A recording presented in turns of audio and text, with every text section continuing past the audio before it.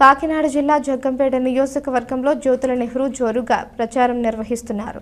దీనిలో భాగంగా ఉమ్మడి కూటమి ఎమ్మెల్యే అభ్యర్థి జ్యోతుల నెహ్రూ జగ్గంపేట మండలం కాట్రావులపల్లి గ్రామంలో టీడీపీ నాయకులు ముసిరెడ్డి నాగేశ్వరరావు, ఏలేటి బాబీ ఆధ్వర్యంలో జ్యోతుల నెహ్రూ ప్రచార రథంపై ఎన్నికల ప్రచారం నిర్వహించారు. ఈ సందర్భంగా జ్యోతుల నెహ్రూ ప్రజలు బ్రహ్మరథం పడుతూ అలాగే పువ్వుల వర్షం కురిపించారు. మహిళలు మంగళహారతులతో స్వాగతం పలికారు.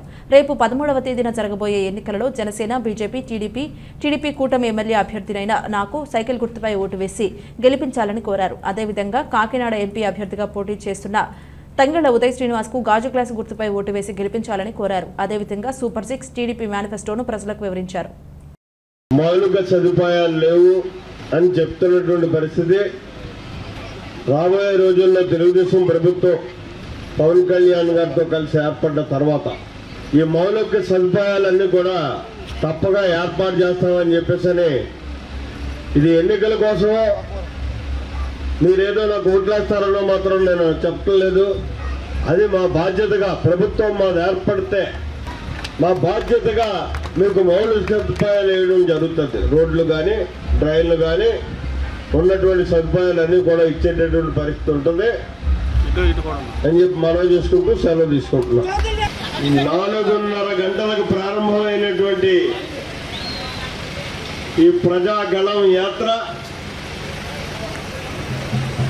ఇప్పటికీ పరిసమాప్తం కాబోతుంది.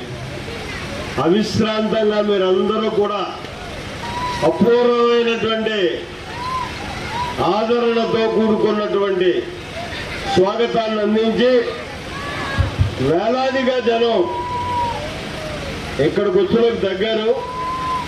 నిజంగా కాట్రావులపల్లి ఊరంతా కూడా బయటకు రోడ్డు మీద కూర్చుందా అన్నంత స్థాయిలో మొదట్లో ఉన్నటువంటి జనం అక్కడ ఊరంతా కూడా అదే ప్రచారం చేశాం.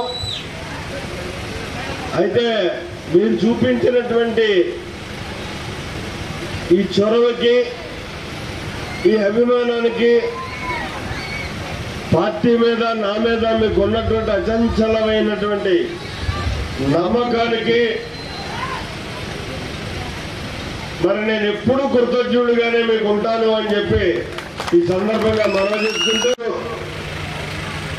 ఈరోజు రాష్ట్రంలో సాగుతున్నటువంటి దుష్ట పరిపాలన ఒక చారిత్రక అవసరం రేపు జరిగేటటువంటి ఎన్నికల్లో జగన్మోహన్ రెడ్డిని ఓడించడం అన్నది. ఎందుకు నేను చారిత్రక అవసరం అని చెప్పేసి మనం చేసుకుంటున్నానంటే అన్ని వర్గాలను కూడా విచ్ఛిన్నం చేసి పారేస్తాడు.